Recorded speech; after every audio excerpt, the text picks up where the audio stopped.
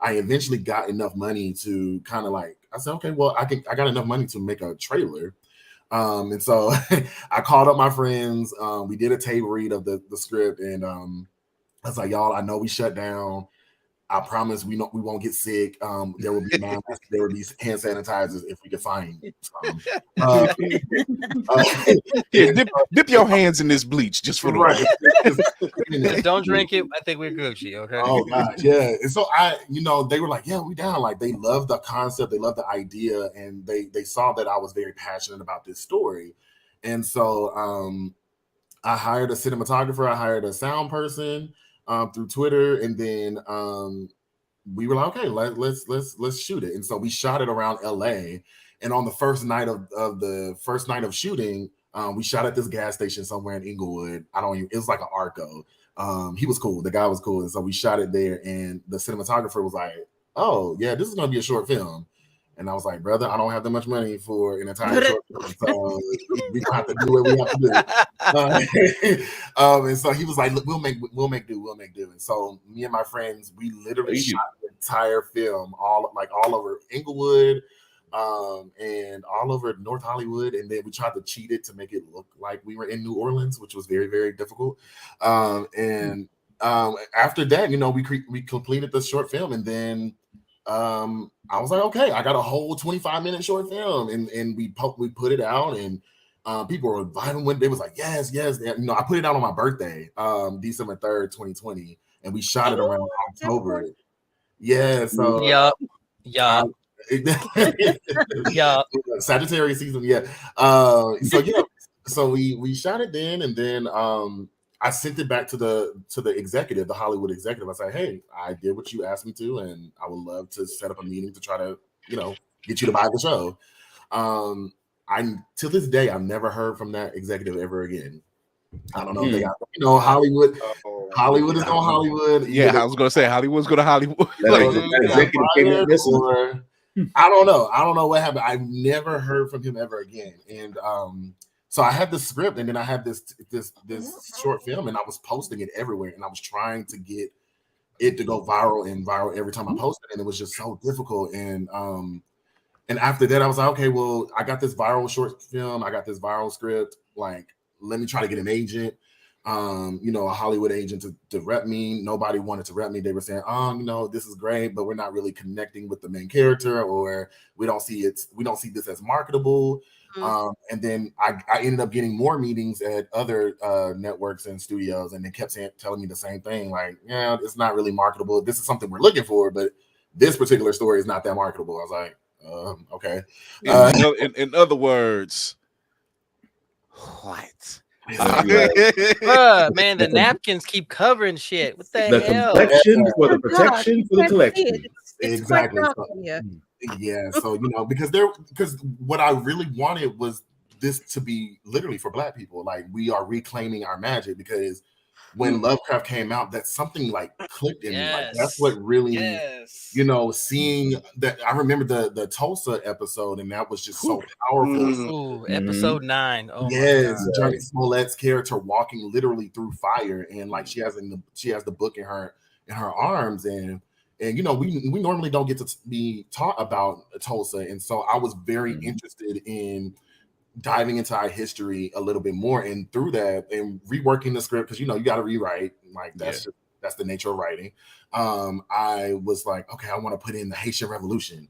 I want to put in Black people time traveling, and they're casting spells, and like all of this stuff. And so with that, I was feeling very depressed about it just wasn't going anywhere. I think people on social media got tired of me posting the same trailer over and over and over. And it felt like the hype kind of died down a little bit. And I was like, man, I'm trying to keep this momentum going. And it just felt like I was doing it by myself. Like, my friends were like there and supportive, but like, actors, they do something, they go on to the next project, because also it's the pandemic. So I was like, okay. I was talking to my friend, and it was like, hey, like, I think you should turn this story into a book, like, because you always loved books. And I was like, no. And, this was during the riots and George Floyd, and it was a lot of racial tension. The burn. There was a lot of going on.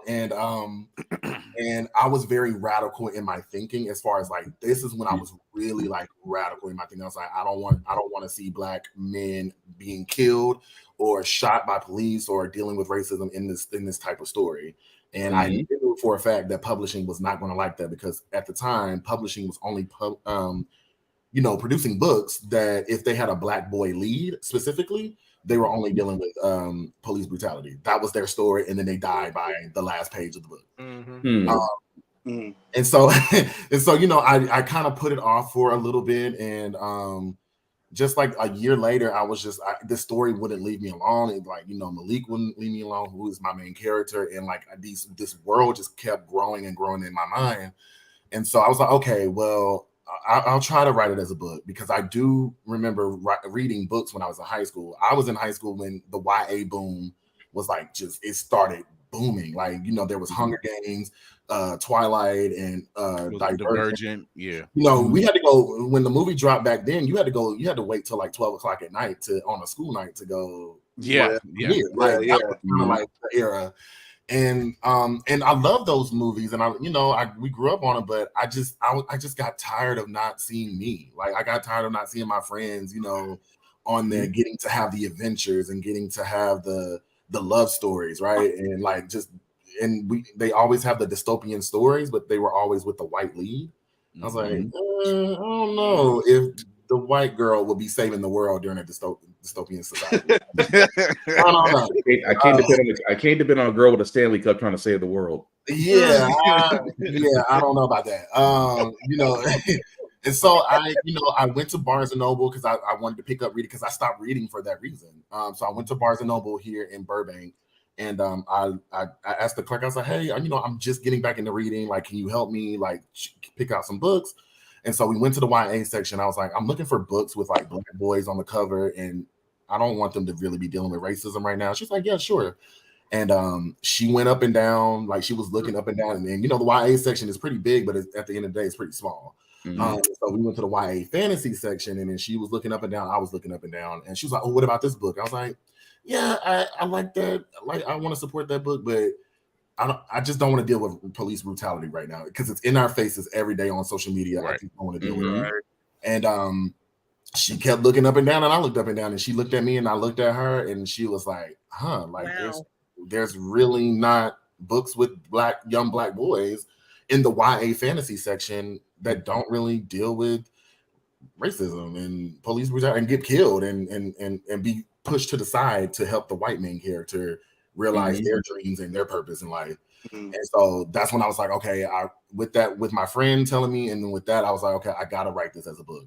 And I locked myself in my apartment for 12 days and wrote the first draft of the book of Blood at the Root.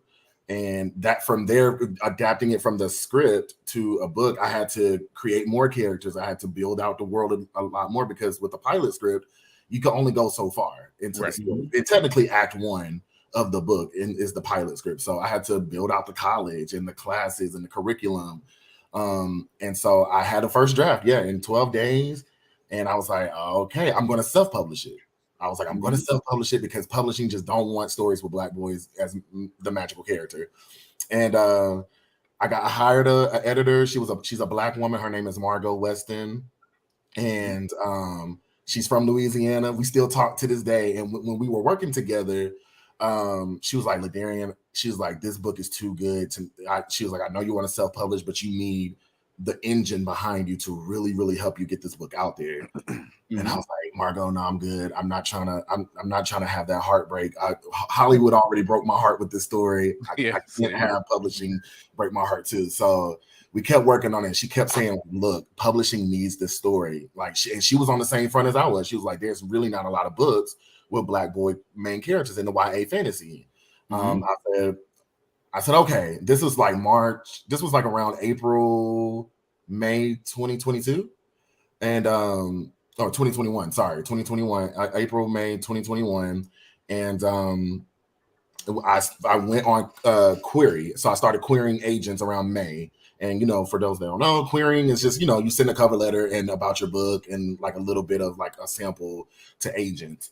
And I was getting rejections from like the very first hour that I sent emails out to for literally, I was getting rejections in the morning, late at night, and they were saying the same thing that Hollywood producers were saying. We like it, but we can't really connect to the main character, or it's not really marketable for us right now. And I was being petty. I was sending every single rejection to my friend Mark. I was like, see, I told you, I'm going to self-publish this.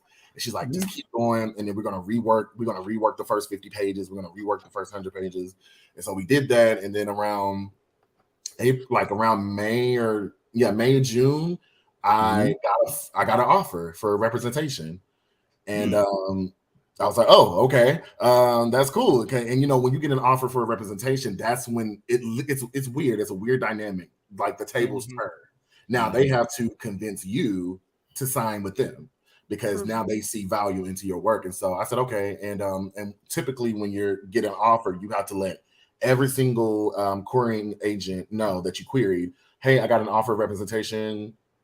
Hurry up, because you only got so many days to make a decision. That's typical. That's a typical thing in the industry. And so I was getting, agents was dropping out. They was like, yeah, we're good. No, I'm good. And I ended up getting 2 more offers from agents, and I had to spend like 2 weeks in like July, August to kind of make a decision. And then I currently signed with my agent now, who we're still together, is Peter Knapp at Park and Fine Literary. He took a chance on Blood at the Root, and he really believed in my vision. Is to showcase Black boys and the complexity of Black boyhood through the lens of magic, and he really understood it. He really supported it, and so I signed with him August. Yeah, that was August 2021, and then we got to work. Right after, we started editing the book to get it ready to submit it to publishers, and that's a whole nother feat. And so from like August to the next year, just rewriting the book, and letting it grow and meeting more characters and getting the draft right. We went on submission to editors at publishers September 19th, 2022. And I was like, okay, here we go. Like, I crossed one hurdle to get the agent. Now I got to cross another hurdle to get the actual publisher to buy the book. And it's the same thing. Like within an hour that he was sending emails out, we were getting rejections. Saying, no, like, again, it was the same thing from Hollywood to the agents and now to the publishers. No, we're good. We don't really have an editorial vision for this book, or we don't know how to market it, or we don't really connect to the main character. So I was getting that for just hearing that story over in not just in the literary context, but in the physical media, whether it's television, whether it's movies, and we hear this story, but the problem is, we know that's not true. Like, we know that's not true.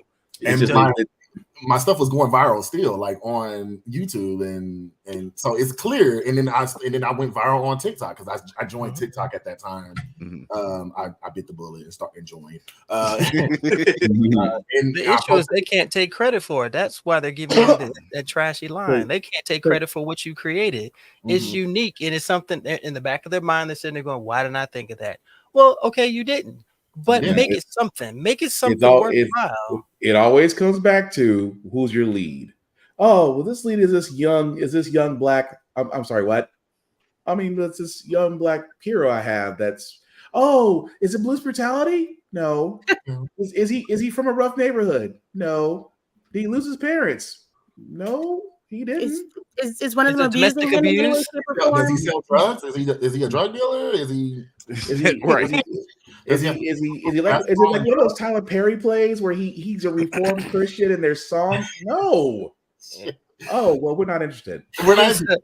He's a runaway preacher. No, right, he's not a runaway preacher. Yeah, it's just so and looking back now, I was very dramatic because being on sub to publishers, like you're literally at the door. You just need somebody to open it, right? Like so every day I was getting like 2-piece comboed every day. Like I would get one in the morning, and then you're checking your phone every 5 minutes, which is not healthy. I don't recommend.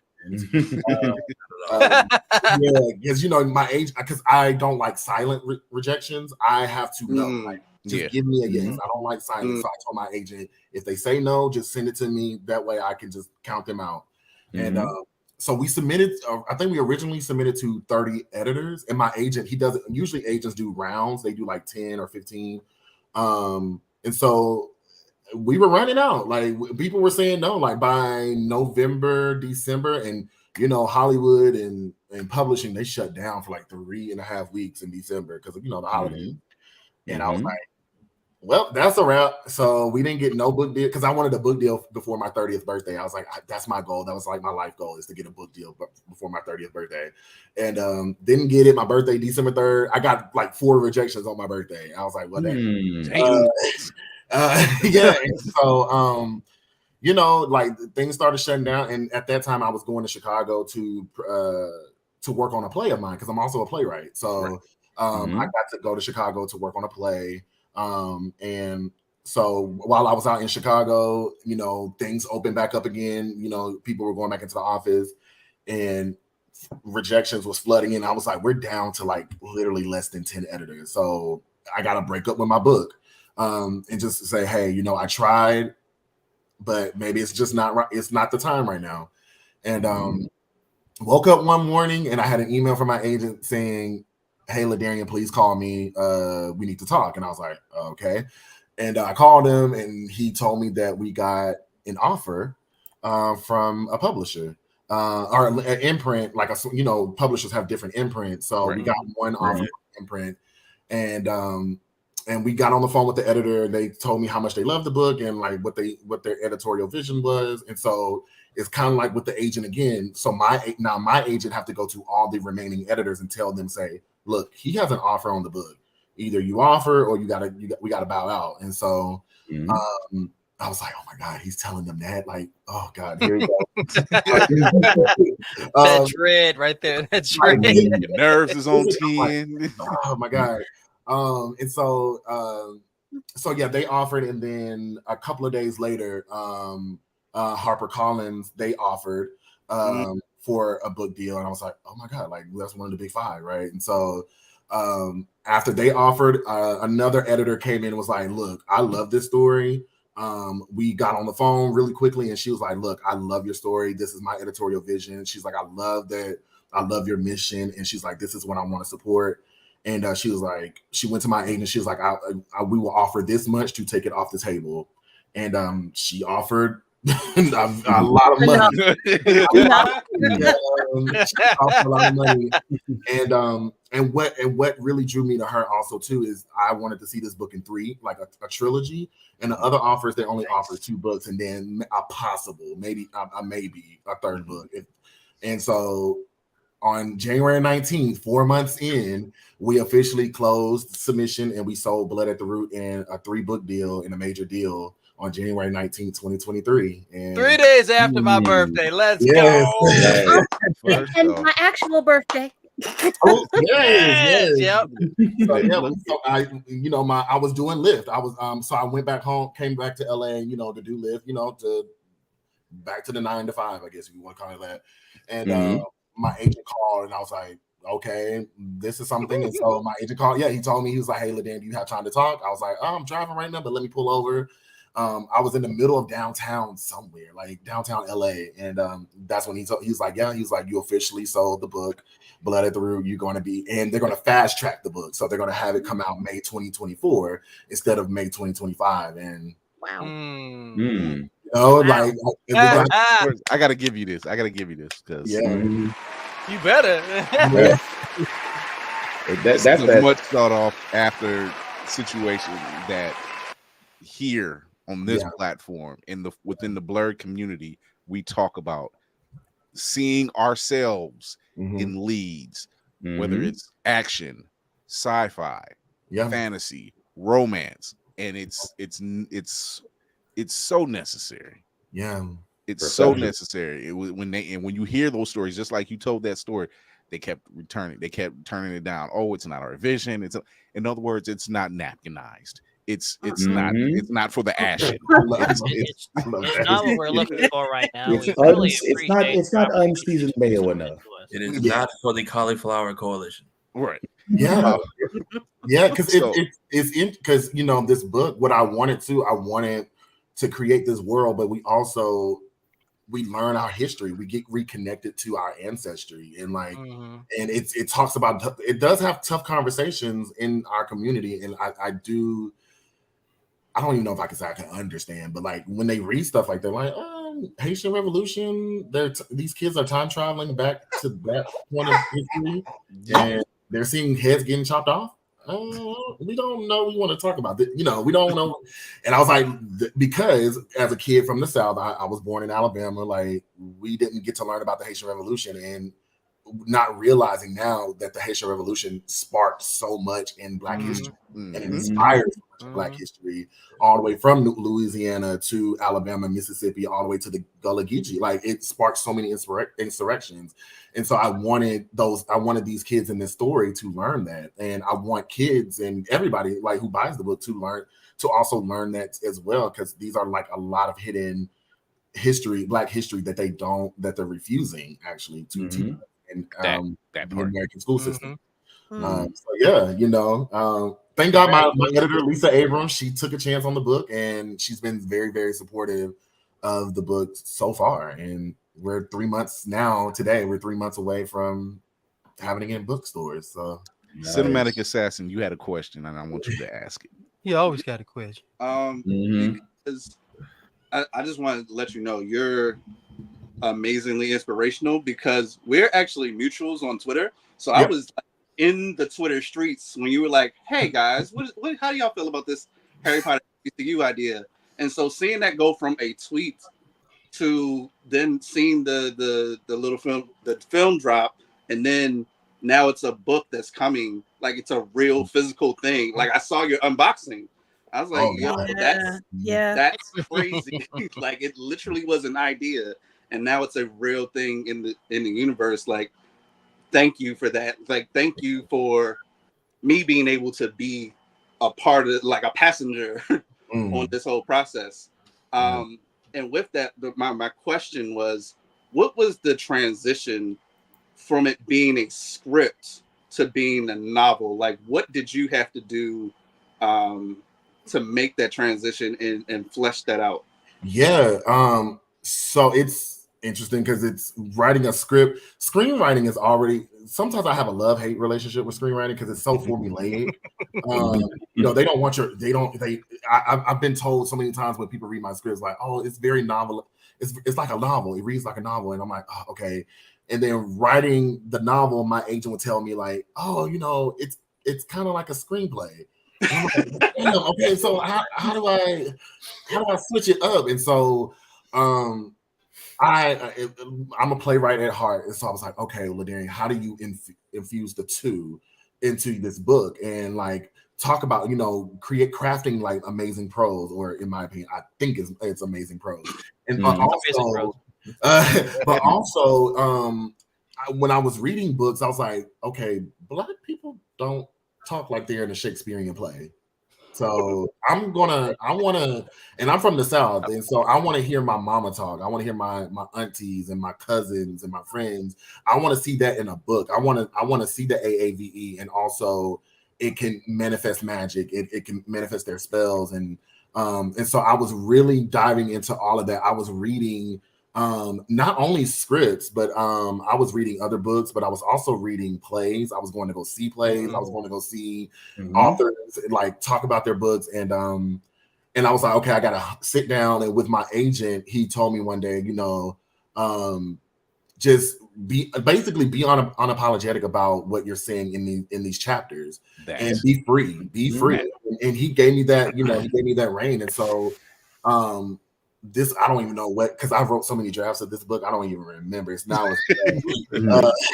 but there was a moment where it really clicked. I was like, okay, I want to see a chapter again, like the Haitian Revolution. I was like, I want to build a whole chapter off of that.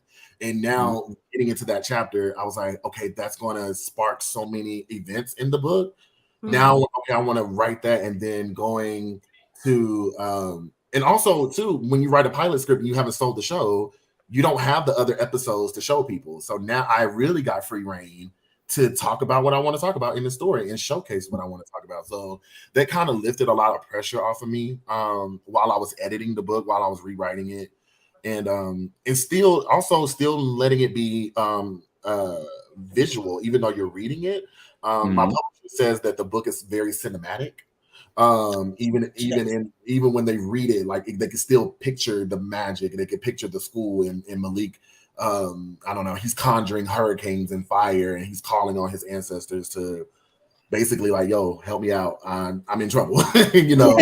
And so so it's just I had to really step away from the pilot. I haven't read the pilot script probably in 2 years.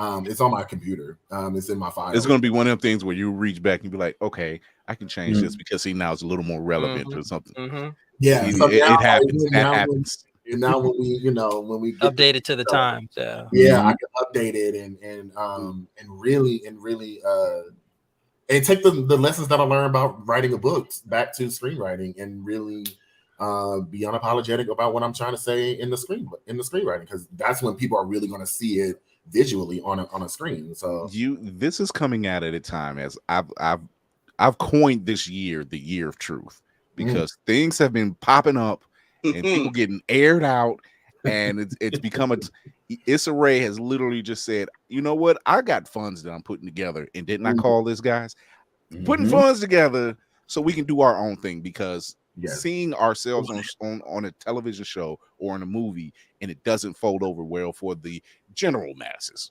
as they like to call it. But we know what it is, you know. And now here we have something, when the concept of your short film came out, my eyes lit up. You know, and this was right like around the time like Hogwarts Legacy was popping up and people were doing the whole TikTok thing, and I'm like, yeah, but where's ours? And you know, like, why do we have to use someone else's? I don't mean magical Negroes either, because that was just magical Negroes. Let's put it like this. Because when you cross 50 years old, all the fucks have just disappeared in your life. Lady Mandalore, you had a question. Yikes. I had several. Come on, girl. Come on. You represent Capricorns. Come on now. Fire off. Are you okay? Oh shit. Okay. Do you feel any worries about your book potentially being banned? Because you're doing some critical race theory. You're making the small children maybe nervous about their heritage and how delicate they might feel about being told how they was acting back in the old days, even though the asses wasn't there. But keyword delicate. That's one question. My second, I don't go finish that first one. Yeah, that's a very that's a very good question. Because it's weird actively seeing books being banned right now.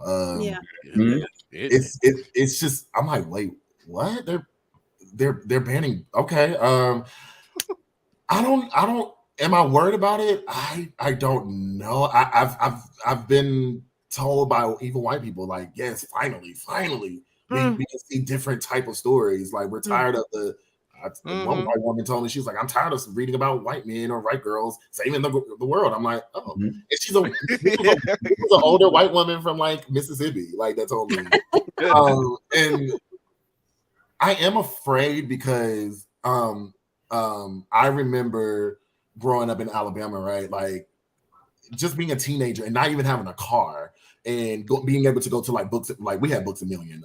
Barnes and Noble was like all the way in Birmingham somewhere.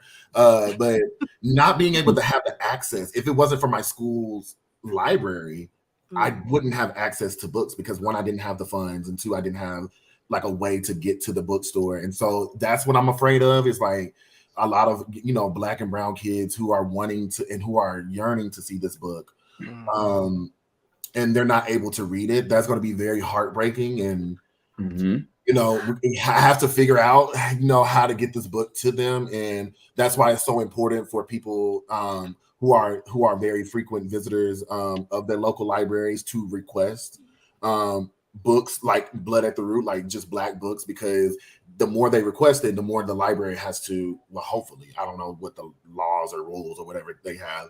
Hopefully they do stock them, but that's what I'm really, really afraid of for like a lot of young Black, brown kids, especially Black kids who don't have a lot of access to the arts, not being able to get this book. That's what I'm afraid of. And I'm glad you said that, because there's someone you can also follow up with, and that is Sister Sci-Fi. Sister Sci-Fi pretty much deals with this type of stuff. And showing Black books, like Black authors, Black leads, and not torture porn, not trauma porn, none of that stuff. So I'm glad that question was asked, and I'm glad that was put in place, because we know people. We know people. We know people. I think Sister Sci-Fi, I think I have an interview with them in July, but I think I'm going to go up. Are they're North Cal, right? Are they North Cal? I believe so. I think they're in the Bay Area. I believe. My publisher's already been talking to them and going to be doing some signings for books there. Look at God. Yeah.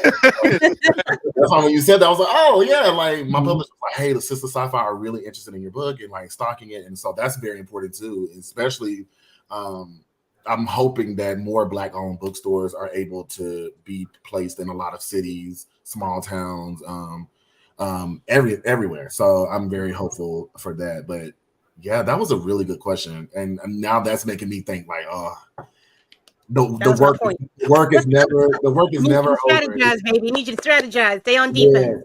Before I get to Navy, I have to say this.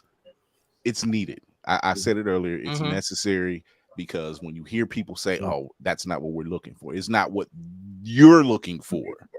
However, there are an army of people who are dying to see this type of work. They want to read about this stuff. They want to see it on screen. They want to see it in their homes, because, and I'm Lovecraft country. Shout out to Misha Green, number one, who took a book that was written by a racist white man and flipped it on its head. And said, I'm going to tell this story. And the questions and the conversations that were being had by several generations about stuff they never knew about, whether within our own bloodlines, they didn't know about stuff. They didn't know about it. It shocked me finding out from someone who's 3 times my age, they hadn't heard of Tulsa. And I heard of Tulsa 30 years ago. So, it was shocking. And I'm like, this is crazy. Tulsa, sundown towns that have been drowned out by lake towns. It sparked the conversation in my hometown.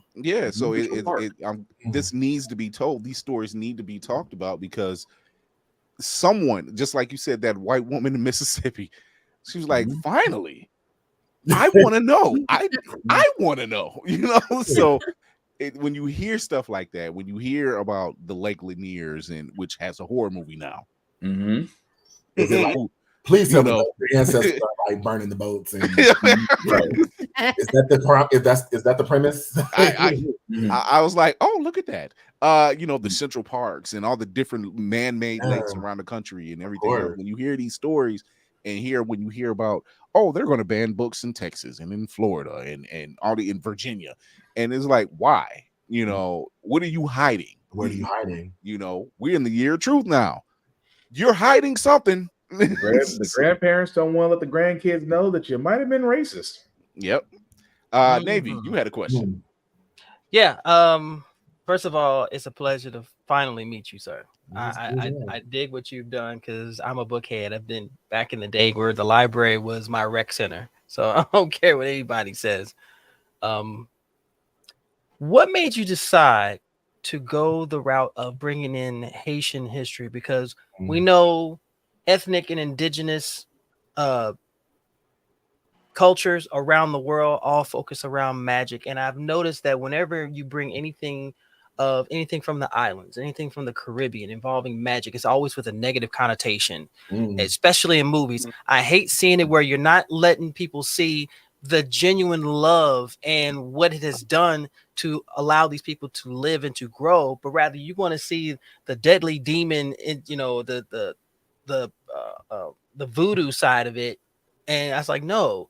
So out of all of them, what made you decide to focus on the Haitian culture, which I'm fascinated by, because again, like you said, a lot of people didn't know about the Haitian Revolution and how much of an impact it's had on our folks as a whole, especially around the Gulf Coast and around, you know, around the southern region. So yeah, that's a really good question too. And it's for that very reason. When I was like doing like research, because I've always been very fascinated with the Haitian Revolution. But when I started researching, there was like stories of during the war, right? Like that, you know, they were like a tribe was dancing in the woods in Haiti to call upon like the Orishas, like Ogun and Shango, and to help them win the war. And I was like, wait, what? Like, because you, like you said, like every time you see if they even allude to the Haitian Revolution, it's always it's the black warriors holding the head, like the chopped heads of the white princes, and the like, chicken blood and the dancing and all the negative like, connotations on their land, and you tried to steal their land, and you tried to kill their people and pillage and everything. So I was like, okay, like how do I kind of humanize this, right? Because growing up, like, and this is no shade to American Horror Story because it's one of my favorite seasons, but when Coven. when I saw Papa Leadbot, which that wasn't, they mixed it, but amen. He was snorting, right? He was snorting coke, and I was like, wait, what? Like, and he's still a baby? Okay, no, this is not this. No, like, and maybe there's a version of that. I don't know, but the ones that I was studying and hearing people talk about, you know, that there was like Abdurrahia Toya, like this black woman, was chopping heads off, but there were stories that she had super speed and she had superhuman strength, and like she was leading it, and then also hearing about other warriors like really just calling upon the magic. And so I was like, that's not negative to me. They were defending themselves. Like naturally what they would do, and also using that and using the call on the gods and their ancestral powers, and using the soil and like the nature, like this, all of that, and learning that the boat stops, how like the customs from the motherland, right, Africa, and then they stopped in the Caribbeans, and then they came over here. Those slaves were taking all of that they knew from their motherland, and they were just switching it up. Like, okay, we have to hide this. We can't perform this publicly because we'll be killed. So how can we change this? Like, how can we, you know, practice it in the open, but it's still close. They looking like, oh, they're just dancing around the fire. That's kind of weird, but that. Yeah, but they don't even know the ring shout. They're literally calling upon the ancestors to help them, you know, get rid. So, that's the reason, because I just wanted to humanize that, which I hope I've done correctly. But I wanted to humanize those in that history, because learning about that for the first time as a black kid from Alabama, and I'm like, but we've been learning about Greek mythology all through high school and middle school. And those Greek gods was, I mean, they were doing some foul stuff. They were, and that was each other. They all did each other. Here's a half-naked hero doing all kinds of weird shit. I don't want to know he's half-naked. What are you telling me this for? Yeah, they're fornicating with a fleece. Right. But we want to humanize that. Okay. And then we want to villainize voodoo and hoodoo culture, and even still, like, even as I'm working on book 2 in the trilogy, I'm learning more about hoodoo culture and how it influenced like the Black Baptist culture, and like all of those customs literally came through in Louisiana, and like I said, Georgia and Alabama and Mississippi, all the way up to the South Carolina, you know, the Carolina coast. And so it's just so beautiful to see that, and I don't practice it, but I want to at least do my job to honor it, and to honor that sacrifice that they did, because we never know. Like, you know, we're so cut off from our history sometimes. Like, I don't know. Maybe personally, I had somebody, an ancestor in the Haitian Revolution, and I just felt compelled to and inspired to write about it. But yeah, I just wanted to humanize those people who fought and bled for their land and their families. And I'm glad we mentioned in the Haitian Revolution. Shout out to MVJ.comics, because they actually have a book on Louis Louveté, Toussaint Louveté, and how the whole Haitian Revolution and vampires and everything. It's dope concept, dope book. So shout out to them. We need these kind of stories. Yeah. Can I put in a bid for if you decide you want to do an audiobook version of this? You have 3 voice actors amongst this crew who will be more than honored to be a part of this. He always does this. I do. Do you want me to do a lyric and sounding like an old Victorian old man? I mean, myself, Lady Mandalore, and Navy Montel, we're all practicing voice actors, and we enjoy this stuff. I'm not here to blow my own horn, man. I'm better toot that damn thing. I'm here to give everybody else flowers. Who's that pause? Immediate. After today, the pause button. I do. So Navy Montel, like, is that your name? That is what I go through on social media. My name is Montel, but that's what I go through with social media. So you want to know an interesting fact? Shoot. My middle name is Montel. Serendipitous. Let's go. Let's go. So Spartan, about those numbers. Yeah, that's why when I saw that, I was like, wait, I never met another Montel. Like, same. I don't meet, see, that name is like, are you worthy of that title? Because yes, IMDb voice actor. Yeah. We are credited. Yes, and my last name is Williams. So I've been. No, he's not my uncle. Wow, don't feel bad. I tell people my name, they go, Williams. It's funny. Can you give me my damn food? Right, exactly. That's literally how I be looking. Like, can you just give me my food, please? Like, so this has been one of these, and I'm so glad you wrote this. And I know, like I said, with stories like Lovecraft Country, and even that season of Coven on American Horror Story, because I wasn't just rooting for Angela Bassett because of Angela Bassett. I was rooting for Angela Bassett because I'm like, finally, we have someone. It was like, who's about this shit? It was like she was the real Supreme, but that's another I was confused. I was really confused by the whole. Wait a minute, what? This is a 300-year-old witch, and she's getting her ass handed to her by a little girl. Okay, all right. That's what we're doing? Yeah. Okay. Yeah. She was calling them out now. She was calling them out, but I said the same thing. I'm like, just don't track. The math ain't mathing. The math is not really. It's literally not mathing. I'm like, no. She's 300 years old, so she's more English. Ain't English. What are you talking about? Right. Yeah, it was. I was giving looks like this. Huh? Hey, I'm sticky. I was like. Okay. Collective black disapproval. Very black. Right. I am Fillmore. That is funny. Spartan, you had a question. Oh no, I was good. I was going to say, I was listening to you guys because I just kind of already ordered his book because I kind of feel like I was wanting to read this because, again, not just to reiterate. First off, read banned books. I cannot stress that enough because you individuals, really, you puntas, you pendejos, you mata de libras, you anyway. You individuals make me sick sometimes about that kind of stuff. But no, all jokes aside, perception is everything. I mean, the fact that we say we want our leads to represent us and make people uncomfortable. So what? Because for the longest time, didn't bother you when we were watching your movies. So why should it bother you when you read our movies, when you read our books, when you see our stories, our television shows, things of that nature? Why does it bother you so much that now the shoe's on the other foot? I want to be able. I want to lean over in the theater to that one bendejo. Say, you're shifting a lot over there, yeah. Right? Yeah. Okay. See, it's a lot of heat coming off of you. You okay? Yeah.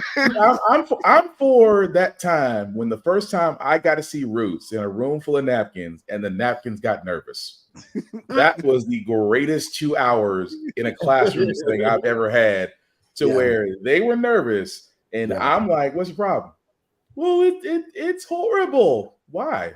It's history. It was. It's history. Yeah, sure was. No one said it was Some of pleasant. us in this room. But it needs to have that. It needs to have that, not just from that shock factor alone, but again, it goes back to perception. We want to be able to tell stories as you've seen in the comics field. We don't want the struggle stories. We don't want the you have to come from impoverished or unbelievable situations or stereotype demographic stories. Can we just have a story that we can relate to that doesn't involve A, B, or C and still be able to enjoy it? Mm-hmm. Which you have done. That's like, don't get me wrong. Don't get me wrong, sir. The book that you have is exactly the example of what we actually need out there. Yeah. But it's always funny when you always hear, well, how coming from always from a napkin. Oh, I was you really will. Really will. Yep. But no, it's just no. I had to give. I hate you, Will. I hate you so much right now. I had to give you your flowers on that because to continue with that story, because again, getting the slam doors, the rejection letters, things of that nature, and to be on the cusp of it being sold. I'm sorry, of it being available, of multiple people being involved in it. I just want to give you your flowers on that, man, because that you guys celebrate the victories and accomplishments. Mm-hmm. And something tells me that you, along with a whole bunch of others, is going to kick open a very locked door, and I cannot freaking wait. So I will say this, because apparently a lot of what I've been saying is been happening lately. I'm just waiting on them damn lottery numbers.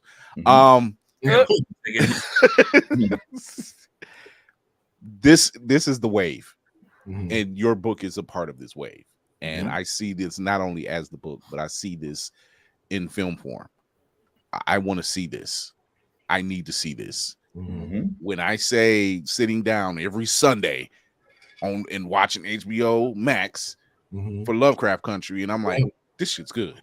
This is good. And I need to see more of that, and I want to know those histories, because there's even our own people who don't know. We need to be reconnected. There's something about that reconnection that makes you that it's that proud. It's that feeling of being proud, that pride, that integrity. You were like, yo, we were stronger than you made us look. I do one better, Chris. I want that moment when we all watched Black Panther and dared somebody to say something during the movie. That part. Ooh, I want that. I want that. I want that overall for that entire period that movie came out. Black people was together because the wrong thing got said. You said that feeling of walking. That's it. That feeling of walking up to the ticket taker and like, what we here for. What we're here. Like, you need to just have the tickets ready. But even though that was a feeling, like you said, I want that feeling to be a movement. I want it to become so normalized that to say that I want it to be to where we never thought that we were without it for a period. Yeah, that's what I want. Yeah. Bama said X-Men First Class. I'm still mad about that. And Nicole says, don't get this group started on Darwin. Yeah, don't get it. You don't want to do that. Wait, is X-Men First? Is that the third one? When they redid everything and then they made them young again. And I was mad about the one when everybody was dying. I was like, yep. Yeah, that's it. That's it. And they killed Dark, the brother who can adapt to anything. But the black dude, like there's always that meme of him like dying. Yeah, I'm like, hold on. I would keep the napkins alive, but you let the one brother that's got a solid mutant ability. I've read the books. My wife is just like, but didn't he just say? I say exactly. His ability was to adapt and survive to everything. Come on, Deadpool 3. I've just been trying to regenerate. His name wasn't Ridge, Thorn, or Braden. That's why he died. Okay. Tafari, did you have a question before we let Ladarrion go? No, I'm good. I know he's pressed for time, so I don't want to keep him too long, but I appreciate what he's doing. Yeah. Because this man is working. That's why. I know. I didn't even realize. I was like, oh, I have a rehearsal tonight. Again, I'm a playwright. So I have booked and busy. Yeah, that's a good thing. That's a good thing. Yeah. But yeah, I appreciate this. And I didn't say before, but I do want to say that I was also inspired by Black is King. A lot of people slept on it. I'm just saying, I do have to shout that out. I want to shout because that movie and that album really inspired me. That's what clicked. That's what really, that and Lovecraft was what really clicked for me, to be unapologetic about my fantasy stories and to showcase us in just a very beautiful but complicated light. But yeah, I just wanted to say that because that's an inspiration behind the book as well. I want to, so people can find you on IG, of course. Go to the YouTube channel to see that short film, Blood at the Root. It's dope. It's what you need.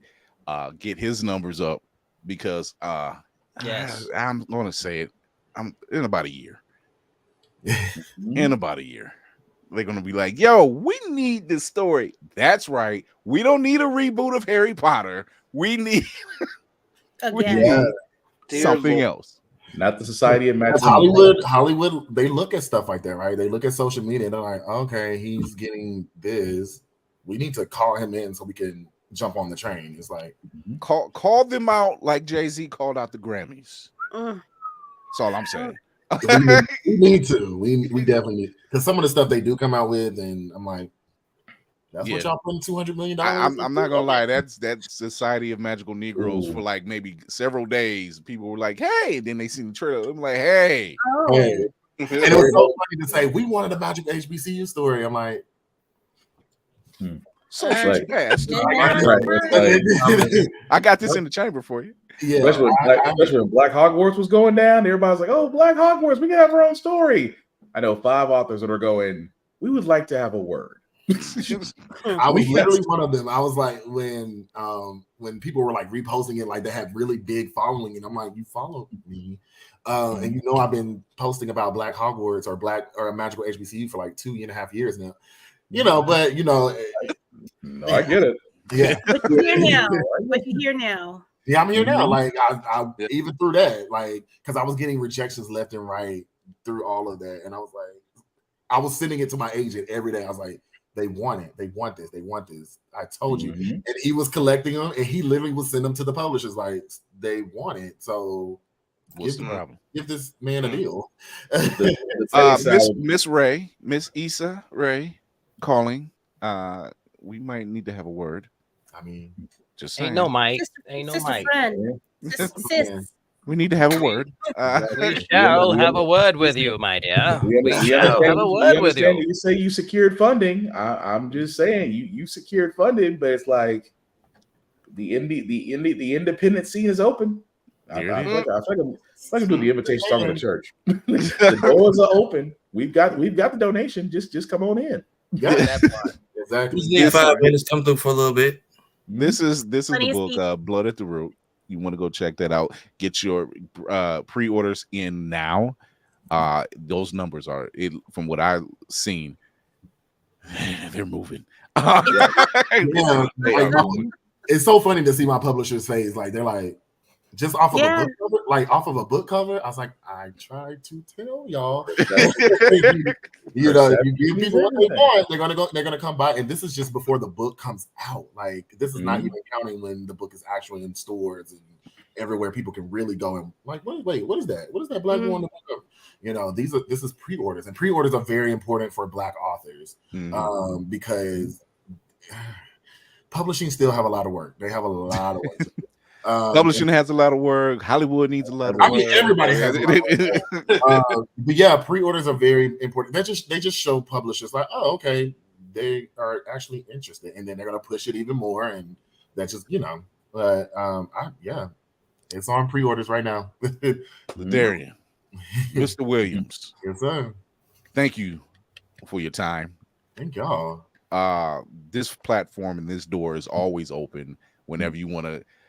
When the book drops, when you say, "Hey, whatever you need, we're here." So I'm gonna let you do your thing. We're gonna go to break, but before I let you do all that, I gotta give you this once again.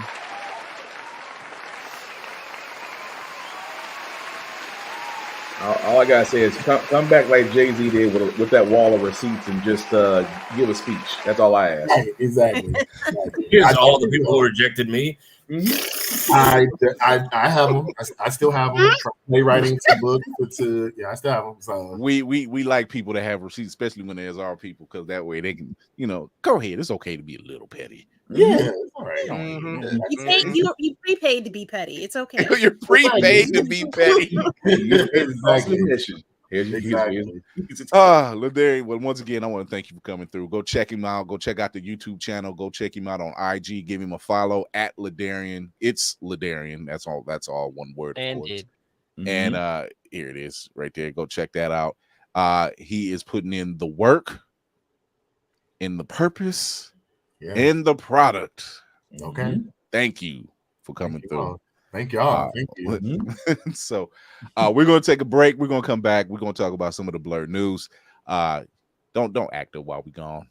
I was reading. What commercial? Commercial break. I'll give you a commercial.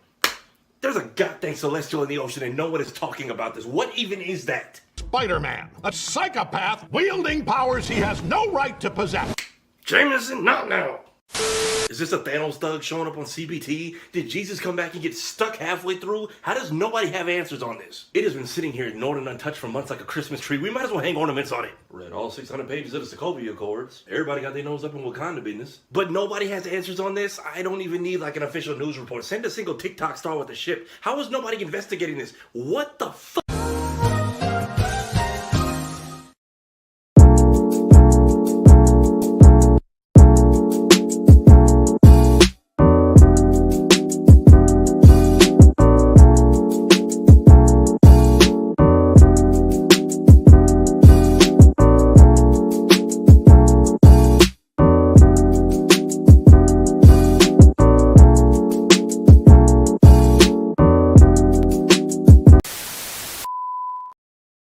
Blerd's Eye View is a proud affiliate of Otaku Noir. Use the code Blerd's Eye View for 10% off on all items. With a different nerd-themed box filled with items made by talented Blerds across the country, you surely will not be disappointed. Go to otakunoir.com. Otaku Noir, the #1 Blerd mystery box company.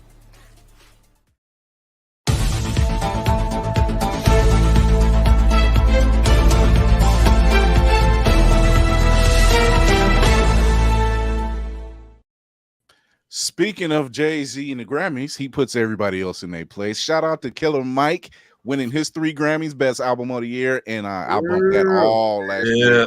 It was the only album worth listening to. So shout out to Killer Mike. Shout out to Victoria Monet, SZA, the Samurai. Shout out to the Samurai for her performance with SZA on stage during the Kill Bill performance. That was amazing. Like to talk to you, my dear. And shout out to Coco Jones winning her first Grammy. It was Black Girl Magic. We know that, right? We know that it was Black Girl Magic for that week. It was wonderful. It was beautiful. So, and a little homie from I'm blanking on his name from the he was on the Nickelodeon show Victoria. Oh yes. It was a night of Nickelodeon and Disney kids, wasn't it? I mean, they've grown up since then. They should. Coco Jones, I can't remember his name, but he was on Victorious, and then of course Miley Cyrus, who won her first Grammy. So I'll give her flowers because Leon Thomas. She was genuinely, Leon, she was genuinely happy and surprised. So we're not going to talk about the album of the year, but that's okay. Yeah, we won't. No, we won't. We won't. We don't need I want to put important part. ATL. That's all. I'm going to Killer Mike. It's a sweet. It's sweet. You ain't gonna tell I don't know me. I don't know what the detour on the way to the after party outside was about, but so here it was. So apparently he had a slight physical altercation with an overzealous security guard. Mm-hmm. Top line. And that was it. And literally more like bottom row. Literally, like they questioned him and then he was released. See, I'm sorry. As fast as it happened. You would think as a black person, you just saw another black person getting a heck of a award. So what if he shoulder rushes you? Just say Killer Mike was happy. He checked me. I failed at my job. I'm not gonna cause a big issue about it. Run the tape. Who's the security guard that wanted to have a skerfuffle that night? Some light skinned Drake looking son bitch. Name is probably like Shadalante Dante. Yeah, I don't know. Not the first time I've seen security. I tell you this much. They weren't mentioned. Of course. Yeah, right. They weren't. You didn't want to be the one that tried to put the skirmish and the skirmish on Killer Mike's. Could you imagine your name being said in ATL, ruining Killer Mike's night, and you in ATL? And I've talked about this album before. Like, it's a dope album. Mm-hmm. Everybody's on it.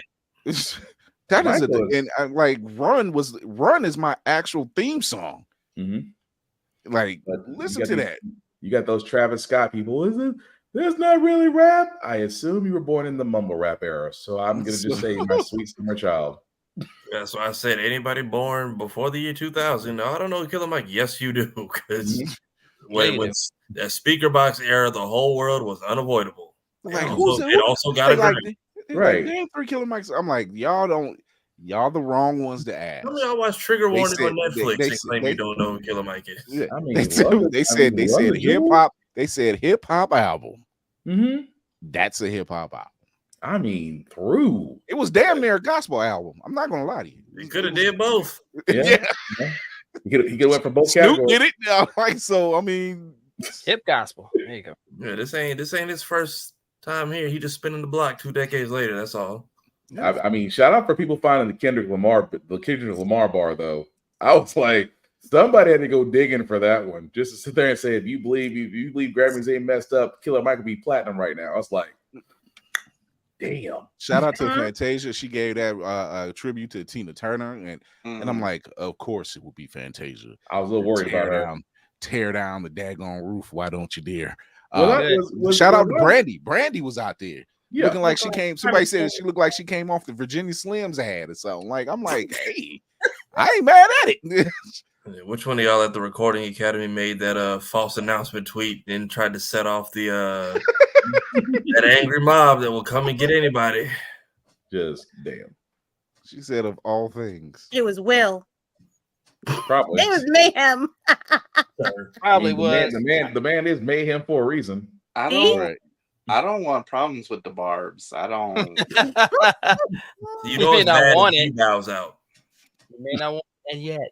And I enjoy peace. And now everybody's burning sage around Shannon Sharp. Ooh. He better not pick up that phone. Leave that alone, Unc. Leave that alone. And she is calling. I promise you, she is calling. If he can get to the phone, if he can get the phone picked, if he can answer his phone between the angry tweets he's probably getting for not knowing who they was talking about. No, that's appropriate. Nikki, who I know, and I would still say it. Stop it. Somebody's like he's interviewed like 3 different Nikkis on 5 different shows. So it was a valid question. Please just spare Unc on this one. Why do you want to interview somebody that sounds like they chew gravel? She can go back to Kai Cenat. Look, I will say this. Well, he just lost money to 21 Savage and blew his setup up. So I will say this.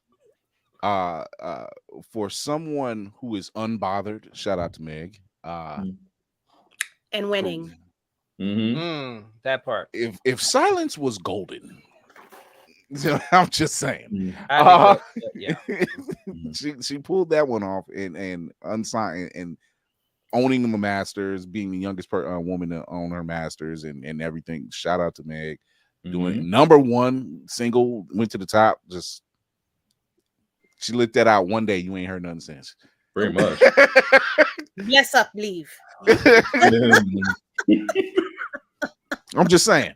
Deadpool co-creator Rob Liefeld has said that he will officially be retiring after his last stint on the Deadpool comics. He obviously helped create this character. I'm glad he's able to poke fun of himself because he feels proud. He said his chest is poking out further than Captain America. His forehead's bigger than half the country. Yes. with the tiny feet and I said what I said. No, I'm not disagreeing. I'm not disagreeing with you, Navy, because that man dreams in 4K, as big as that forehead is. Y'all see that man? I'm telling you, I see that man in person. It's like I'm waiting for someone with a projector. Say, you want to see a movie? Hey, Rob. There you go. So it's not a bad way to go, but I mean, we thank you for bringing us to the Merc with a mouth. We are looking forward to I'm calling this one too. We're probably going to see a trailer come Sunday. Oh yeah, it's coming. Oh, that is this week. That trailer's coming. That's happening. They've been talking more about a certain couple and their haircuts than they have the game. So brace yourselves. So Kelsey, I'm glad you stepped up and said, "Hey, I just needed a cut." Like, I'm not claiming anything. He's like, he said, "Y'all not gonna get me shaded." To be clear, plays in Kansas City. His invite to the cookout is real. He wasn't about to give it up and give up on barbecue. He wasn't trying to get that mean mug like Dave Chappelle in Chappelle Show when they announced the 50 million and everybody just stared at him. I was just like, I mean, the fact that he said that, said you ain't gonna try me on February 1st. I'm like, sir, you can say, and on Black History Month, you think you gonna get me? No. You'd win points, honey. You'd win points. Yeah. However, we will remix Swag Surf, so there's that. Yeah, he's probably like, you know what? Stop. You know what? She needs to be stopped. It's too late, but she needs to be stopped. I guarantee you, the song's already recorded and cut, and they're going to interject it during Usher's performance. Watch. This is where Beyonce is like Batman. We're like, we need you. Beyonce gonna be like she was in that hat. I'm gonna let my husband speak, and then I'm gonna leave. I know they're gonna try to force her into the Super Bowl somewhere. It's gonna be Usher and her reaction to Usher, and no one else will be there. I just need you to get a little bit ghetto. Please bring out Gucci Man for Spotlight. I need a little balance of black. That's it. I do want to shout out Jay-Z for another reason. However, for being at the Grammy, not just calling out the people behind the Grammys, but having his daughter up there and showing what it looks like to support a black woman, and showing his daughter what that support looks like. And that is needed heavily. If y'all don't see it here with us, I know you've seen it with Jigga. When I get nervous, I tell the truth. The kids age different. That girl sprouted. I swear to God, she sprouted. That nose. Them Beyonce nose jeans is strong. Because they showed a picture. They showed a picture of Beyonce in blue last year. And then they show her picture this year at the Grammy. I'm like, good Lord, did we watch her grow up during the Renaissance tour? And we just didn't know it? We did, and it was magnificent. Started in Dubai, and then we just saw sprout up over the tour. And she got proteins and carbohydrates during the whole tour. Yeah, she got so confident, and I love that for her too. You thought Meg Thee Stallion was confident. Wait till that young girl steps out. That's what I'm waiting for. You thought Meg was confident. Did you not see it?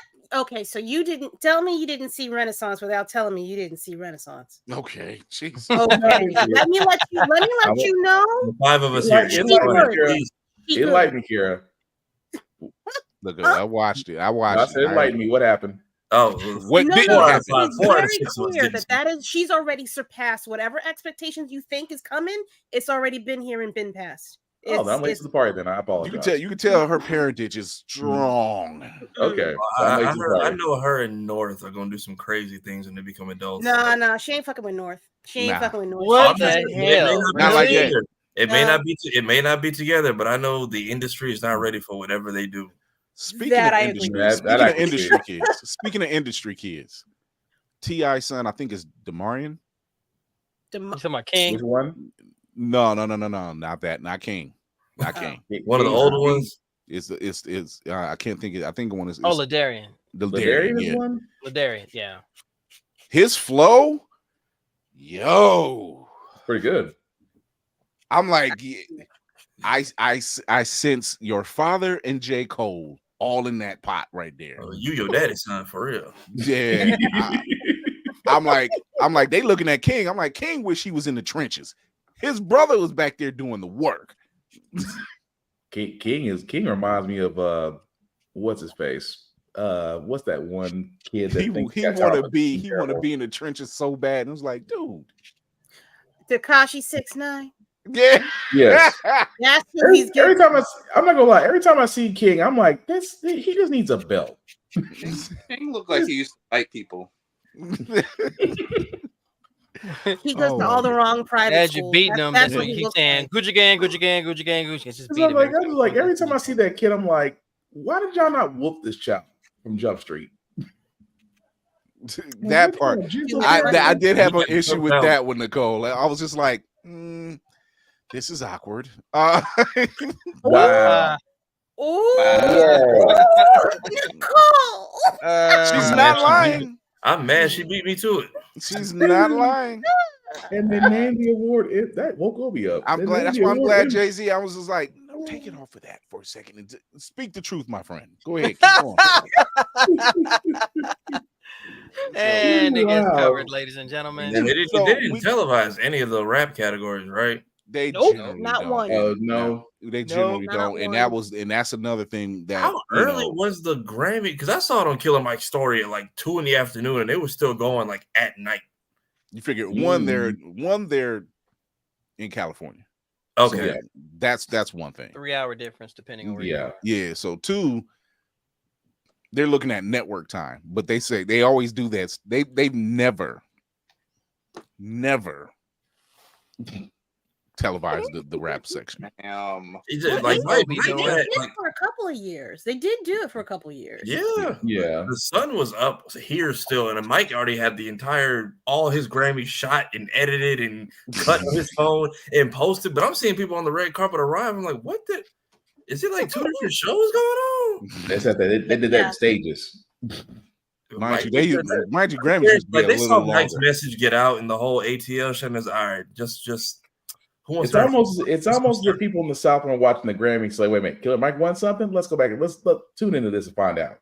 I don't know why they keep doing them like that. Because remember they did the what was it, the Hip Hop 50 at BET, and when Big Boy came on, ATL with the commercial. Yeah. That was still good and terrible. So what are you telling me? So we got a couple trailers. We have a special one first though. This one actually caught my eye. This one is House of Ninjas. Oh, yeah. House of N-Birds. 最高の忍びは影となる。誰にも知られなくていい。でも俺たちがこの国を守ってるんだ。自分の信念を妨げる者が現れた時、切らなきゃいけない。お願いです。殺さないで。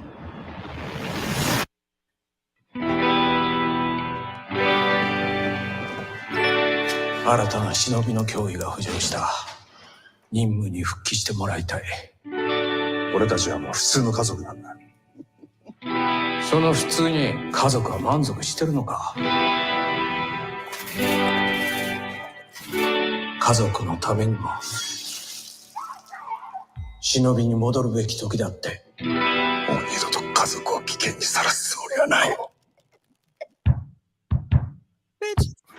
私はこの国の未解決事件の裏に何かの組織がいると思ってる。遊覧船の事件は知ってるだろう。おそらく新種の毒が使われている。何かを企んでいる。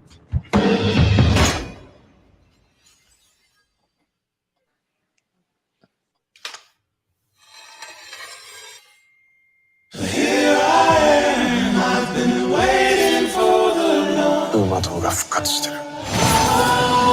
力を合わせれば俺はこの国を誤った方向に導く腐った頭を変える。警察にも仲間が。俺のこともバレてた。家族のことも。お前たちは忍びだ。正しい選択をしな。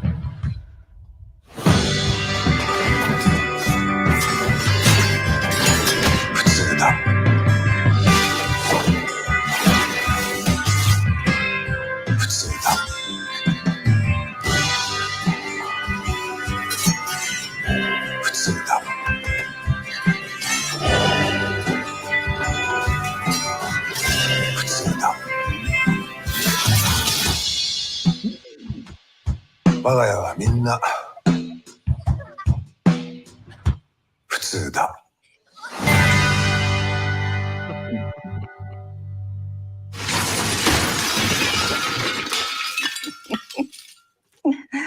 普通ね。 It's right around the I'm corner. looking so forward to that. Can I just say there's always that one character with no eyebrows? You can always rely on having that no eyebrow character, and they just look like, I don't like people. Well, that's why you're in the show. I mean, it's basically Spy Family meets Ninja Assassin. I'm down. That I was getting that one. Fire though. Good grief. They didn't slack on the fight scene, so I'm down. Yeah. You just need that one dude that sounds like Nicki Minaj. You are Otsunu. You just need that guy. Oh, I'm sorry. I don't like Nicki Minaj. I'm gonna go ahead and say it. Barbs can come at me all they want. He said, "What are you going to do? Internet thug me?" I feel like I'm getting Barbie me to death. The keyboard cripping and banned with bloods. I'm telling you, but I kind of get like Ninja Assassin vibes, but very much modern graphics. And apparently, a lot of people didn't like that film. I thought it was great back in the day. Yeah. Well, you know. Inside Obi's in the building. What's up? Yeah. He has risen. Watching him ghost headbutt his dad. He's like, he keeps missing every time. Oh no, he's connected a few times. He's learned the iron style apparently. I don't know where, but iron style. Well, it's a movie or a series that's dropping. That's probably a series. That's a series. Okay. I mean, I hope if it's a limited series, I hope we get a satisfying conclusion. If not, I hope they get renewed. It looks interesting enough as it is. Yeah. Yeah. Anything that's dealing with ninjas, it gives me childhood. Modern ninjas, even more. In February, they knew what they dropped this trailer for. Because we run anime and kung fu, don't we? we run that film. Got another one. We were gonna wait to show this one. So this is he always says that. He always says that because I have been sitting on this one. I had to the zombie apocalypse to show this. We're going to show it now. It's like, that would take your mind off the impending doom, now wouldn't it? I wouldn't leave my damn house. There you go. See, that's the whole purpose. Hip hop story. Here we go. And glory. What? Home blue.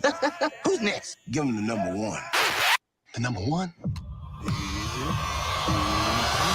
Allow me to reintroduce myself. I'm one of the pioneers of hip-hop. We were living large. I come out the house and I choke everybody on the block. I will write lyrics, bro. If I tried to hand you this pen. Hip-hop, alive and well. Hip-hop is dead. The game is trash right now. These whack MCs are brainwashing these kids. Everybody in the street doing this stupid doodle dance. What is that? Meanwhile, we got lyricists who built this, working at Burger Joint. Happens here. I love hip-hop, but I hate rap. They don't respect the OGs no more. Hey, get somebody taller to stop these Johns early. We got to bring real hip-hop back. I'm in. In one ear and right out the other. Jay? What are you doing here, bro? Hip-hop me. Now you show up after all this time? We got some white women with some really fat asses waiting for you. Okay. Hip-hop, a bebop, a wobbity bamboo. Look at my shoes. That's why I became the bond for us. I slit my mom's throat with a pair of scissors. God damn. What did What did I just witness? I'm sorry. Kira, what did I just witness? Hold on, I'm doing Kira. So I think this is the movie. Yeah. You know what? This is the one we got a heads up about at DreamCon that we couldn't talk about. So I can see why you didn't talk about it. I mean, also a strike, but Tube Steak's in there somewhere. I want to watch it just because you got Kanye looking like an NPC character. It's definitely a self-funded spoof. He will make his money back on this. Mm-hmm. Well, good. Enjoy that. I mean, knowing what I know, knowing that it's a spoof, I'm fine with that. But you know there's gonna be a few references to mumble rappers. I'm looking forward to it. Just I want to know, will he reprise his impression of 50 Cent from the Boondocks? Thugnificent? Not Thugnificent. Oh no, not Thugnificent. The Soul Plane 2, the Blackjack. 50 Cent was Avion. Yeah. Barnes and Nobles. I stopped these tears. Yeah, we're not. I'm on. I mean, you got enough people to be in it. Clearly, they saw something, so it's worth the spin on a Saturday night. If you burn through your back catalog, I'm gonna give it a shot. I'm definitely watching it. It's meant to be a spoof. So if you can't take a joke, then something's wrong with you. At least he's somewhat diving into the hip hop culture. We see how the award shows feel about us. Right. I mean, he does a spot on Jay-Z impression. He does. Sure does. Yes, he does. Yes, he does. Avion Krasik does it. What's wrong, damn Kira? Spot on. What's wrong? What? What's wrong? What's wrong, Kira? What? You holding back on something? I didn't say anything. Speak your mind. Praise you. I have nothing. I really want to be a positive source of energy in this moment, and negativity has no place in my heart, and I want to keep it that way. Okay, fair enough. I won't push, although your eyes were closed the entire time you were saying that. Hey,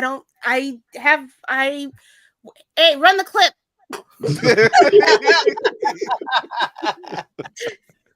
Okay, so commercial. I don't know who. Okay, so I think with the exception of Defari, we're familiar with the Charlie Brown Thanksgiving special, right? Mm-hmm. Hell yeah! This is the one I said we should do because we all have basically different perspectives of it. I've seen it a few times, and then I was about to say, what the fuck is going on, my guy? So I got my tapes from the library, and then Apple TV was like, you know what? We're just gonna yank all of these. So yeah, they did do that. So there's a particular scene in this Thanksgiving special where we see the only black kid in this town sitting at the table. Yes, seeing Franklin sit at the table on the opposite side of the table. Now, man, mind you, he was probably thinking the same thing we was thinking. What the fuck is the popcorn and buttered toast and pretzels for Thanksgiving dinner? Because I don't know where Sally and Charlie's mama and daddy was at. These kids was home a lot by themselves. I don't get it. Latchkey kids. On Thanksgiving for no Captain Fury, I need you to kick Mr. Mayhem out of the chat. Oh boy. I mean, it's a valid thought, but really picks him? Yeah. Of all people. Of all people. So hold on. Nah. What the hell? So yo, be surprised if they ain't have the little black boy walking around with a cloud of dirt around him all the time. I need you to stop. Why you gotta be Franklin of all people? On the nose. So. Franklin was the one. He was the smooth one. He had the dance moves because let's face it, they dance and they wasn't dancing like that. So he was the one dapping. He was the one dapping up Charlie Brown in the dough. Yeah. I just want to also point out we wash our legs, so we would never. Okay. Pigpen looks like he was rolled in dirt and then baked twice over. Yeah. That man was a dingy baked Alaska. Okay? If you seen Pootie Tang and you know who Dirty D is, that was Pigpen. Had I come across this special like again in my teenage or like adult years, I probably would have picked up on it more. But seeing that originally as a kid, I feel like you can kind of flash back to that moment and realize it ain't right. But I don't initially pick up on it. Same way, like watching those old your black radar wasn't tuned in just yet. That's it was still developing. Whereas y'all were just y'all were immediately like, "What the hell is this?" Same way with Tom and Jerry, because I grew up in Southern country ass around people like that. So Seeing somebody in the moon, all I hear see is her ankles. I didn't realize something was wrong until I got older and people spelled out to me what the whole mammy concept was. Yeah. It also didn't help that my babysitter at the time was named Sister Thomas. Oh. He was like, where are you from again, Sarai? Where are you from? Florida. Yeah. Okay. It all adds up. You know, everything. Some country ass Florida people. My house. Hearing somebody speak like that was not foreign to me. I didn't realize until I got elsewhere, and it was like, oh no, it's bad because of this and this and this, and I'm like, I get it now. Don't feel bad, Tafari. Everybody sound like boss hog around me when I was growing up, so I can't say nothing. It's hard to feel bad about something that you see all the time. Right. So here is the Welcome Home trailer. Welcome Home Franklin trailer. Come Apple TV. Please. Hi, I'm Franklin. I've lived in a lot of different places. My family is always on the move. This was it.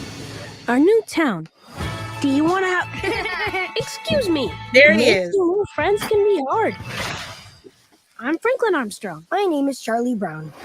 The big soapbox derby race is coming to town. The winning team gets a trophy and free pizza for a whole year. What do you think, Charlie Brown? Partners? Partners. Hey, Franklin, what kind of music do you like? The godfather of soul, James Brown. You're not related, are you? I don't believe so. Hold on, did you notice the slight shade there? I'm just saying. My grandpa always says you gotta want it to get it. Let's see what we can really do. Friendships are not perfect, but we can get through the rough spots together. A best friend is someone that you can totally trust. That always has your back.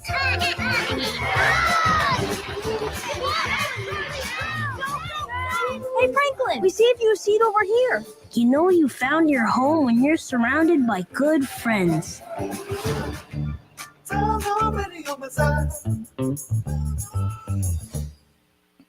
Will, you a fool. Yeah. He said, He said, who was the other brown kid? He said, who the fuck was the other brown James kid? The James Brown thing was the shade. Yeah. The James Brown thing was the shade. Yeah, because he laughed. He knew what he was saying when he said it. I hadn't seen the special in so long. I hadn't seen the special in so long, and I hadn't watched the full trailer yet until someone on Twitter was like, "They finally letting Franklin sit with his white friends," and I was like, "Huh." Yeah, because it took Linus to say, "No, get over here, get over here." It took the guy with the security blanket issues to sit there and say, "I don't think we should have the only black guy sitting on your side of the table from us." Doesn't look like the nerd of the group to invite you over. Here, let's get the nerd of the group to invite you over. Come on over.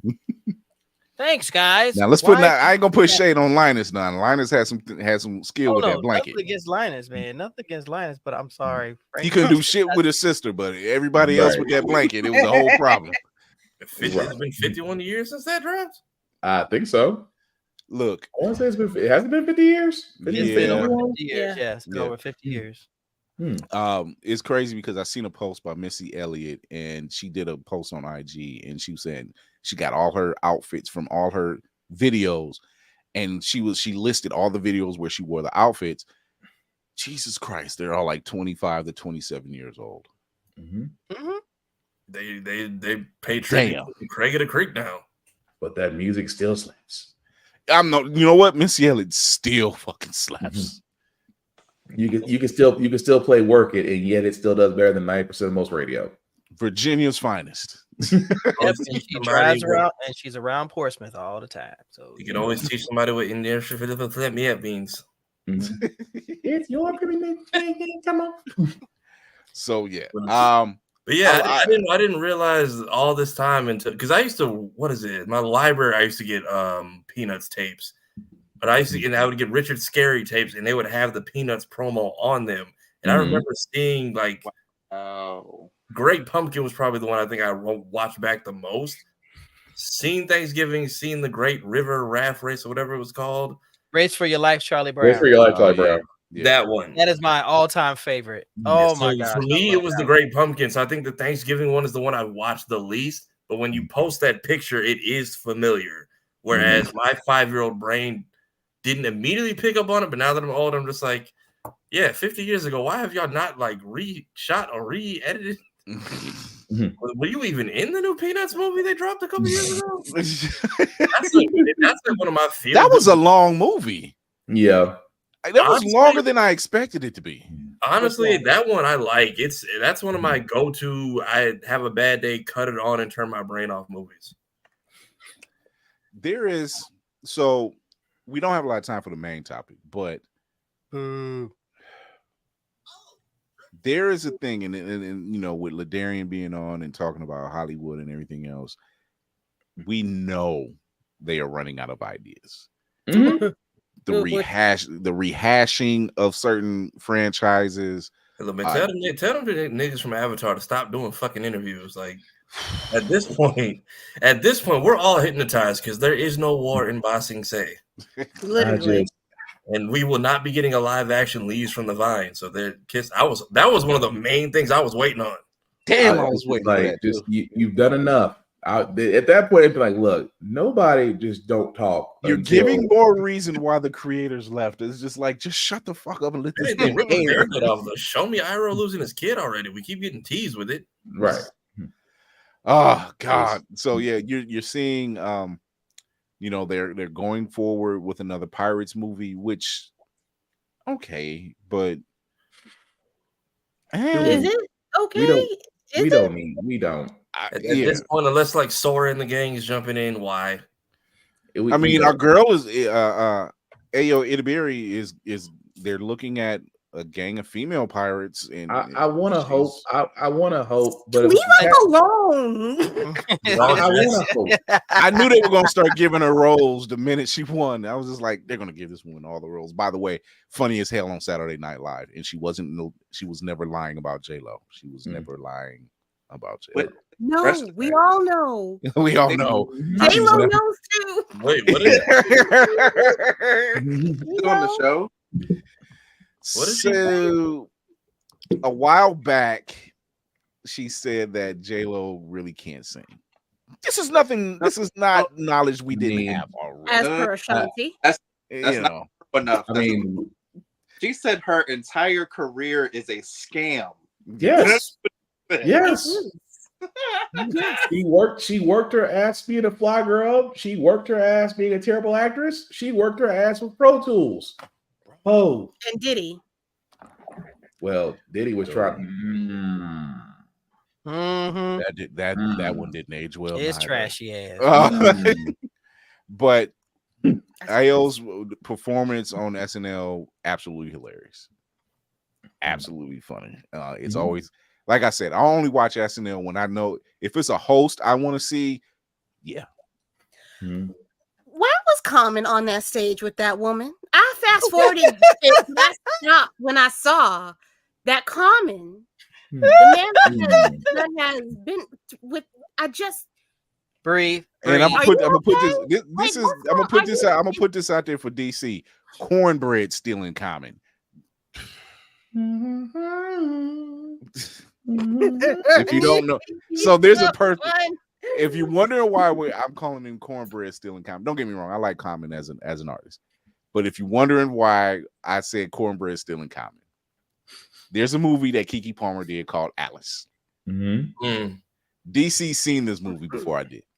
He said the whole premise of this movie was he couldn't tell if this movie was a time traveling movie or whatever, but the character of Alice was kept on a farm. And it comes to find out that this was during the 70s. So where this farm she was kept at, it was still treated like it was the 1800s. And she found her way off this farm. She ran off. And it's the 70s. And Common is an ex-Black Panther. And so he's helping Alice, get reacclimated. And she's going to go back and just kind of wreck shit. That it was building up to that. And just the way Common was acting, DC said, he comes off as the person like you had that piece of cornbread and then you left the room and then it's gone and then he's helping you look for it. He's like, "Oh, your cornbread missing?" Yeah, and he's the one that stole the cornbread the whole time. It was just the way he came off. So he calls him cornbread stealing common. But yeah, I don't know because they did that. Was it not last week, but the week before? Like Dave Chappelle was in the sign off, and I thought I missed something. I'm like, Chappelle wasn't even in the episode. He's at the sign off. He just showed up like he just clocked it on shift. Like, what's up? I don't know what's going on. So okay, whatever works, I guess. I don't know. So, but yeah, I don't understand this is why I'm glad we're getting stuff like Blerd Station. By the way, something big's coming for Blerd Station, and you'll be seeing more posts about Blerd Station, and you'll be seeing more posts about what this big teases are. If you have not signed up for Blerd Station, we implore you to go ahead and sign up. It's a streaming service, of course, being Black-owned. 2 days. Price? Will not be yesterday's price. It's $10.99, 36 months. You own a piece of the property once your 36 months is up. Your funding also helps to fund the live action series that are being shot, including issue 1 in Undead Horizon by Jarrell Patton. Shout out to Jarrell Patton. They are welcoming another baby girl. Woo! Congrats. Sir, stay off your wife. In the words of Deadpool, your poor wife. Hey, be fruitful and multiply. So I'm gonna take that to heart. He can't complain. He's tired and he got all his work to do. You wasn't tired for at least 15-20 minutes, sir. I need you to leave that woman alone. New snack bandit in the building. Loading. New characters. New characters soon to be unlocked. So brown chicken, brown cow, the snack bandits edition. His wife shot a video, and she was surprising him with the pregnancy. So he had his beats in his ear, and then he had his earphones on as well. So he's trying to read her, do the lip read, and she shows him the pregnancy test, and then turns on. He's like, "These are pregnancy tests. Wait, you're pregnant? Wait, we just had this son. Wait." Yeah, it's just like, I'm like, yeah. So what happens, Jarrell? When two people love each other, but congratulations. That is he's obviously a good family man. He's surrounded by women except for his only son. Poor soul. Quick, form a tag team. Quick. He's like It's that. Oh, thing, you can laugh, Spartan. I can't. I'm in the same boat. I can't laugh at the man. He's Sterling Cameron right now. So, yeah, you're having your in-home WrestleMania. Okay, I see how this works, sir.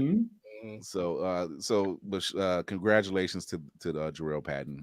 Sign up for Blerd Station. There's a lot of. I just revealed to the team what we're talking about. So, and we're not at privy to speak to the public just yet till the ink dries, because we're not going to just hilarious this thing. I feel like that. You're gonna beat me to the punch. Yeah, I feel like that was bait. However you want to look at it. You see how they had all the dishes ready for the promo clip, and I'm like, you got those in a week. Oh yeah, I mean ice cream after this is all done. I need. I mean, they did learn. That was almost a spit take. Thanks a lot, Navy. Care to join me? I mean, what? I'm having ice cream afterwards. Care to join me? No, I'm lactose intolerant. I'm minding my business over here. I'm minding my business. Maybe you can stay in your bunk and deal with that noise. So first of all, we don't need a replay of the 1930s in Germany. I don't want to do that to you. Yeah. Oh my goodness. But I don't I got really Dormammu. see, I don't even care anymore. I don't see the purpose in.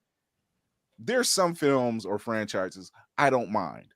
James Bond, for example, I don't mind watching James Bond films.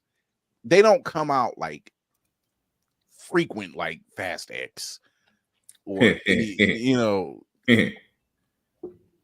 thanks for Fast X. Thanks for Fast X, though. You know, Momoa. Don't So look. Jason Momoa did save that movie, though. he did save that movie. Like if he saved that movie, I'm not gonna lie. I see why Vin Diesel's mad. Save the damn DVD set. Family. Shut up. He pretty much took your family and just shat on it. But I'm like, hey, but he made that 2 hours worth watching. Yeah, I'm like, I liked his flair. What else can you do? You know. Did anybody pick that up at home? Because at Walmart, I kept forced that in my cart. I caught it on Prime. I went to the C's. I ordered Oppenheimer because they had like a collector's edition, and every time they ran out, they said we swapped it out with something you might like, and it was Fast X 3 different times. Water Daddy saves the day. Stop doing this. I love our comment section. I wish I could do the IG section like that, but I love the comment section. That's why you go to the YouTube channel and show your love over there. Yeah. But yeah, I don't need another Pirates. I don't. Where can it Oh, that's go? where we're at. Yeah. Yeah, no Pirates.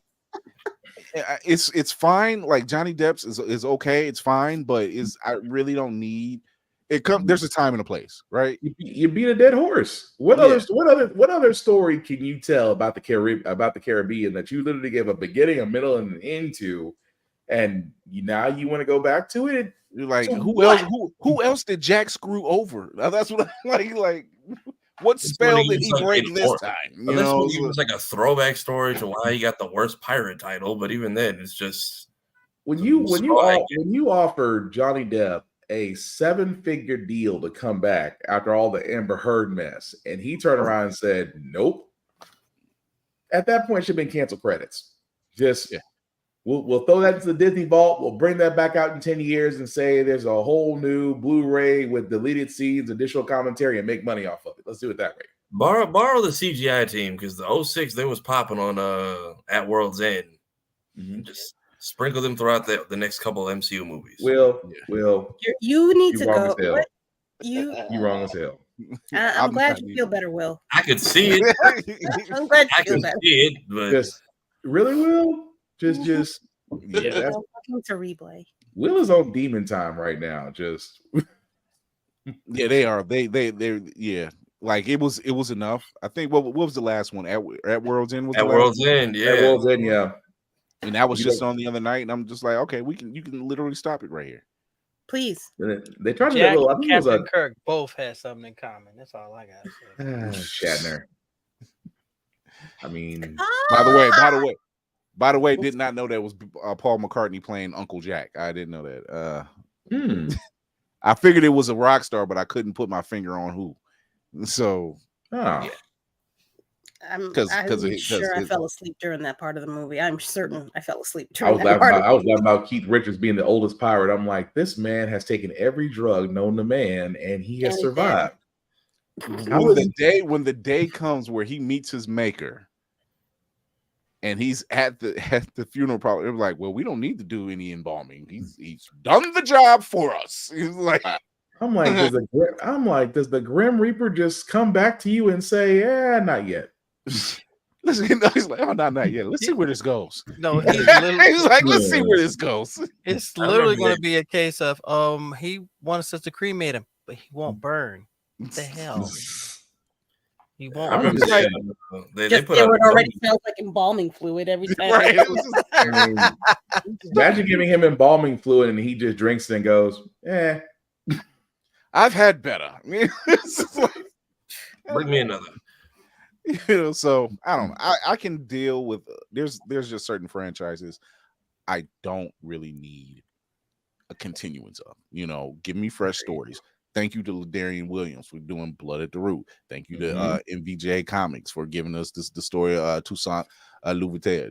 Thank you to people like Sister Sci-Fi or Wingless Comics. Shout out to Malachi Bailey with her. And just I'm glad we have a lot of Black indie creators, whether in comic form, whether it's in novel form. Shout out to Jason Michael Primrose, whether it's in film form or television or short film. Thank you, because we need more stories like that. We need something different. We don't need to see the same old. There's comfort films that I'll watch and I'm fine with that. But it's good to see another film or read another book from a different perspective, and it's something completely original. Like, you know, they keep saying Idris Elba, he should be the next James Bond. I'm glad he said no to that. We don't need the black James Bond. We need our own black super spy. It ain't got nothing to do with MI6 or anybody else or MI5. He doesn't have to be British. Doesn't even have to be British. Exactly. I mean, it'd be cool if he was more of the Sierra Leone type for that smoothness to it, and just that they could have Afro beats. But that's just me. I'm just saying. I mean, Burna Boy could be on the soundtrack. I'm just saying that there's fire there. I think Burna Boy needs to be on a lot of people's soundtrack. Man. So, with all of that, but tune into us Thursday because I think Thursday is going to be our Blackened Band. It's our free episode. It's going to be our free episode. We got to get we have a guest coming through, but it's just a guest. Laura is going to be popping through.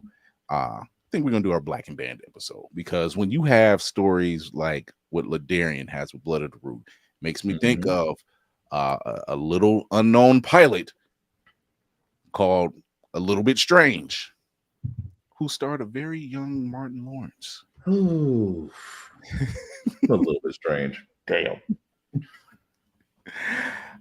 Go look that one up. That'll be fun. That's gonna send them down the rabbit hole of TV pilots that never made it past 2 episodes. Actually, a little bit strange made it to 5. Strange made it to 5 episodes where got killed. Malcolm and fucking Eddie. That was the show. That was the show. That was the show. As tame as Blackish is for them to get one thrown in the vault. Yeah. So we're going to be talking about that Thursday, but until then, wrap-up protocol initiated, Captain. We are wrapping this up. Lady Mandalore, talk to the people. Oh, that face! Oh my gosh, that face! That's so cute. I go down my Elmo rabbit hole too. Speaking of Elmo, leave Elmo alone. He did not need all that. Elmo is all we got. He's all we got. Y'all could have just paid the copay to go see your therapist. That's all y'all. Boy, he got bombarded on Twitter and in real life from the top rope. Man, we need to talk, Larry David. We need to talk. Happy birthday! He apologized. He did apologize. He said he some birthday punches. That's all. Poor baby. But Lady Mandalore is also known as Roomful of Blerds. You can find me on these internets over on Instagram, on TikTok, and on randomly I'm back on Twitter for like 2 seconds. Not really. I wonder why. I get past that. Oh. Yeah, Drake got that thing, apparently. I'm not impressed. So I think that you should watch my podcast on Sundays at 7 p.m. Eastern Standard Time. I am in the middle of my Storm run, as it were, as we're reviewing the greatest moments of Storm. We're currently in the middle of the X-Men Red run. It is amazing. Yep, already ready. Yes. Yeah. I do voice acting. I do lots of things.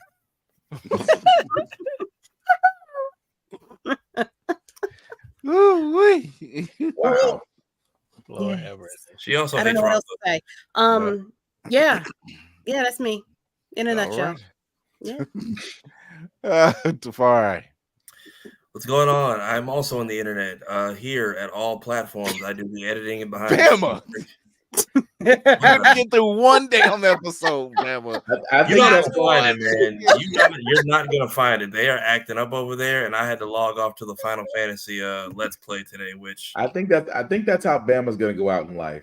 That's gonna be the last said. That's gonna be the last words ever said. Just. Oh, I'm sorry, Bama. I'm sorry.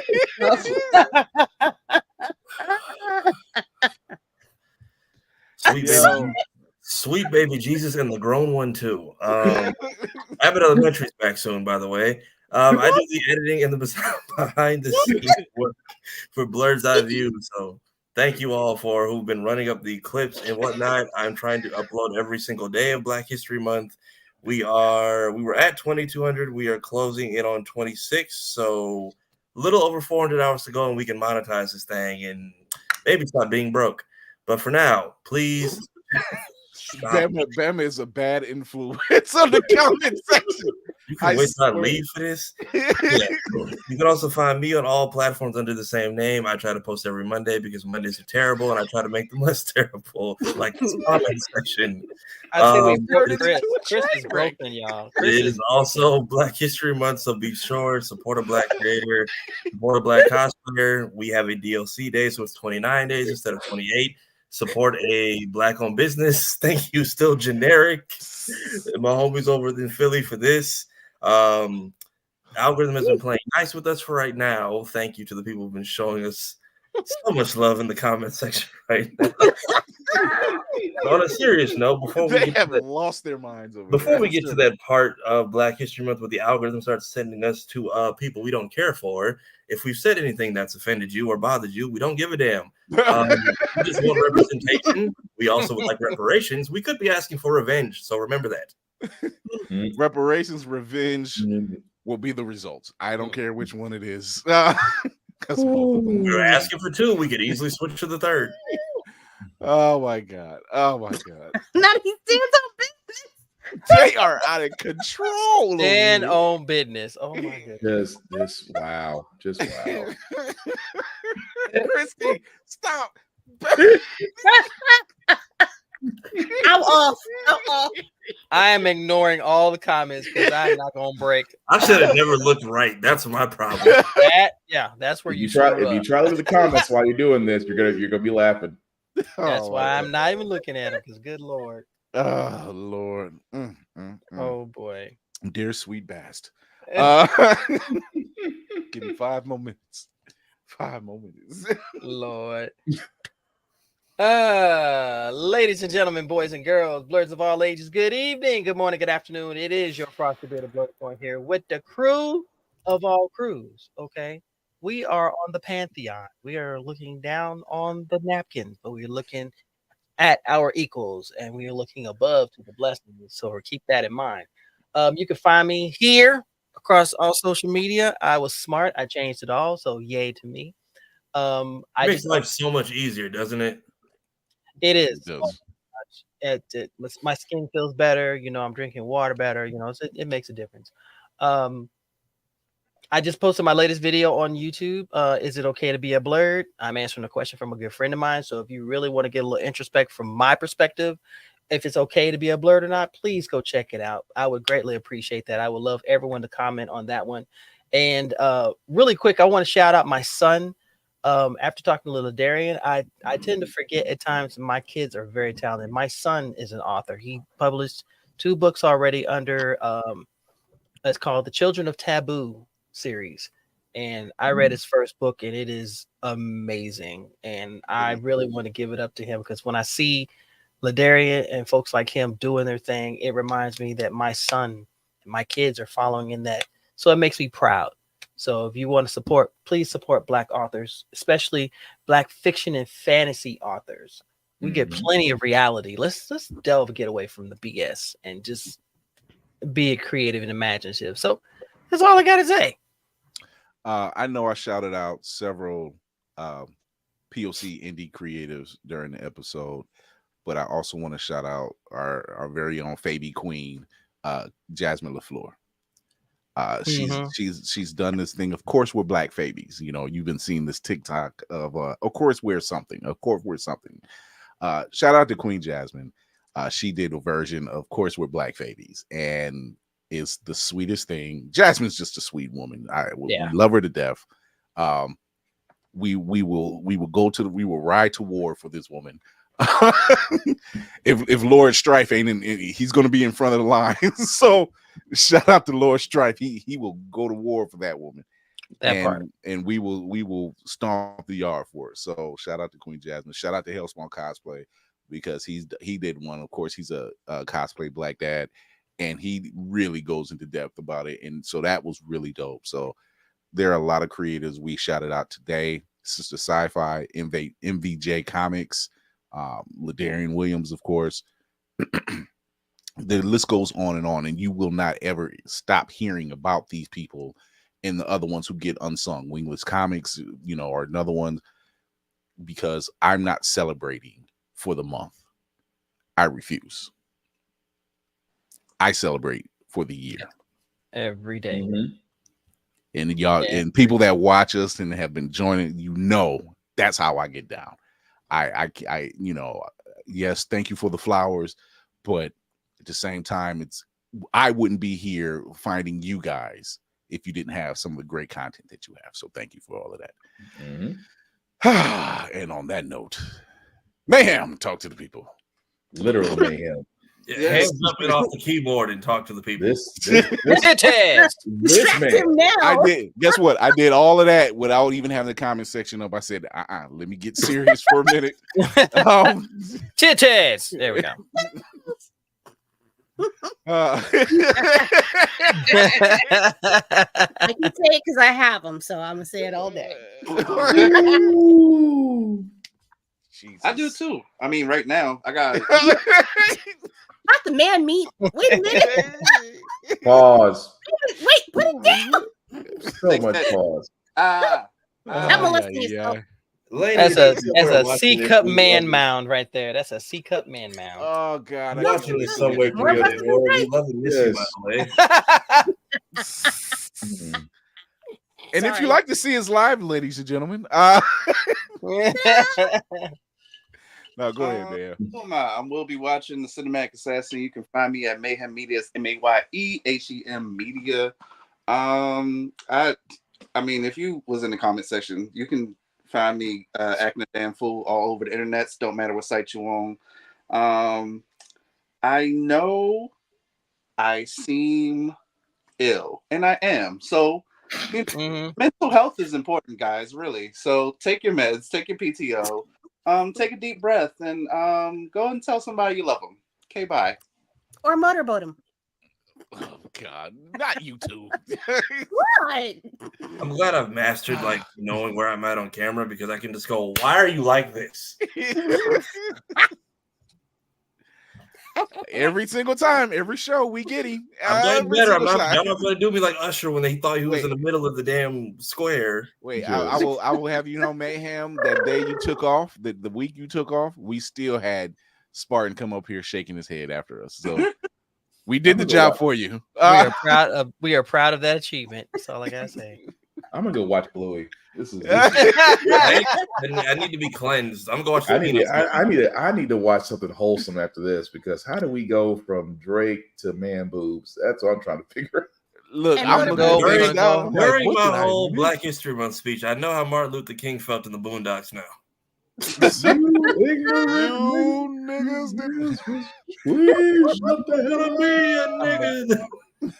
I'm gonna get off here and go boo the Rock. There we go. This is what I slaved all them 8 hours for that white man for. This is why I cannot be watching. You ever seen told me the Boondocks was doing live on YouTube? It's been running for 3 days. I low-key think Adult Swim forgot to turn it off. Oh, they probably, the last guy probably sit there and closed the door and shit and kept the lights running. But anyway, look, before I went live, I was watching the R. Kelly episode, and I'm like, yo, I forgot about this one. Are you gonna stand there? You gonna stand there and let a man pee on you, or you gonna move out the way? I see pee. I'ma move out the way. Oh man! Shout out to Carl Jones and that crazy crew over there. My goodness, dear Lord. Okay, I'm going to private jacket. So what you gonna do, nigga? What you gonna do? That's what I should have did. Damn private jet. I smell new kicks. I'm sorry. Anyway, dear God, Black Spartan, otherwise known as Black Fox 447 on the socials, doing reviews on everything, including gym stuff. Because after watching Man Boos over there, I feel like I need to go back and do another couple push-ups, because that made me extremely self-conscious. Thanks, Will. The gentleman of the motorboat club. Huh. Wow. I just feel like I gotta go do push-ups after I saw that. Like, I'm looking down at my chest, like, nope, that's not gonna be me. I'm not gonna be that dad. That being said, a couple of podcasts I usually do. My How the Fuck Got Here is my news podcast every Wednesday at 7 p.m. And of course, my video game podcast, Give It Podcast, every Friday at 7 p.m. Also, check out the blerdseyeview.org website as I do call writing for wrestling. Why? Because wrestling is real and people are fake. Because the Royal Rumble was a disappointment and Elimination Chambers look like the same thing. And oh, by the way, The Rock's back. And everybody hates him. So interesting. We will talk about that later. We will talk about that much later. Oh yeah, it's I'm still drinking after that. It's a fun time in the world of sports entertainment. Also, guys, like we keep on saying before, unity is everything. I say this here and everywhere else. I cannot wait for the day where we can all pull an Issa Rae and say, you know what? We need to build our own table. We need to come together. We need to bring our own resources together. We need to basically be our own power base, if you will. We basically need to be the crew in real life. Outside of, Storm and Black Panther and Luke Cage, we actually can do it. With that being said, guys, just the way we've been saying before, just don't share it, talk about it. Word of mouth is the greatest word of mouth is the greatest weapon we have against the algorithm, as Kira likes to say, F the algorithm. Aside from that, guys, cons still going down, but again, respect the cosplayer at all times. Please wash your ass before you go anywhere. And I mean, not just to a con, but anywhere. I walked past a couple of people today that just made me wonder, do they just not like bathing? Because you pretty much are the pig pens of the world, and soap could help you. Soap could help you so fucking much. That also being said, guys, the last thing I'll sit there and say is, in a world that we're living in, as cold as it is, be nice, be kind, don't be a dick, and we'll all be cool. All right. As I come down off the wild comment section for tonight, he gets the cool down period. Anybody from Kevin on Stage's crew is still here. Sorry, and thank y'all. Oh, they're probably in love with this. We're funny as shit. I'm not gonna lie. I've been getting a damn class emoji for like 6 hours now. I don't know what it means. They're getting that work from us. So come on, Blue. We'll have you on. Or behave. We'll try. We'll behave. However, if you would like to see us live at your local convention, talk to the convention owners. Say, hey, why don't you reach out to this crew and have them out there? We're fun. Y'all know it. Just don't bring liquor into the mix, because then it's a different party. Then it's Blerd's Eye View After Dark. So moonshine and Merlot.